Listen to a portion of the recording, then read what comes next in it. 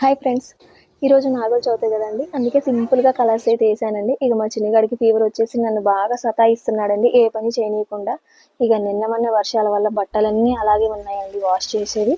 ఈరోజు ఎండ కొడుతుంది కదా, ఇక అందుకని ఇంకా వాటిని వాష్ చేద్దామని ఇప్పుడైతే నానబెట్టిస్తున్నాను అనమాట. సో ఈ దీపాలు పెట్టడం వల్ల ఉదయం సాయంత్రం బట్టల వల్ల చాలా అయ్యాయండి. ఇంకా ఇవి సగం వాష్ చేసేసరికి నాకు ఆకలేసింది అనమాట. సో వెళ్ళి తినేసి వచ్చానమాట. తినేసి వచ్చి కొన్ని వాష్ చేయగానే ఇక మా చిన్నగాడు ఏడుస్తున్నాడు, వాడికి ఫీవర్ వచ్చింది కదా.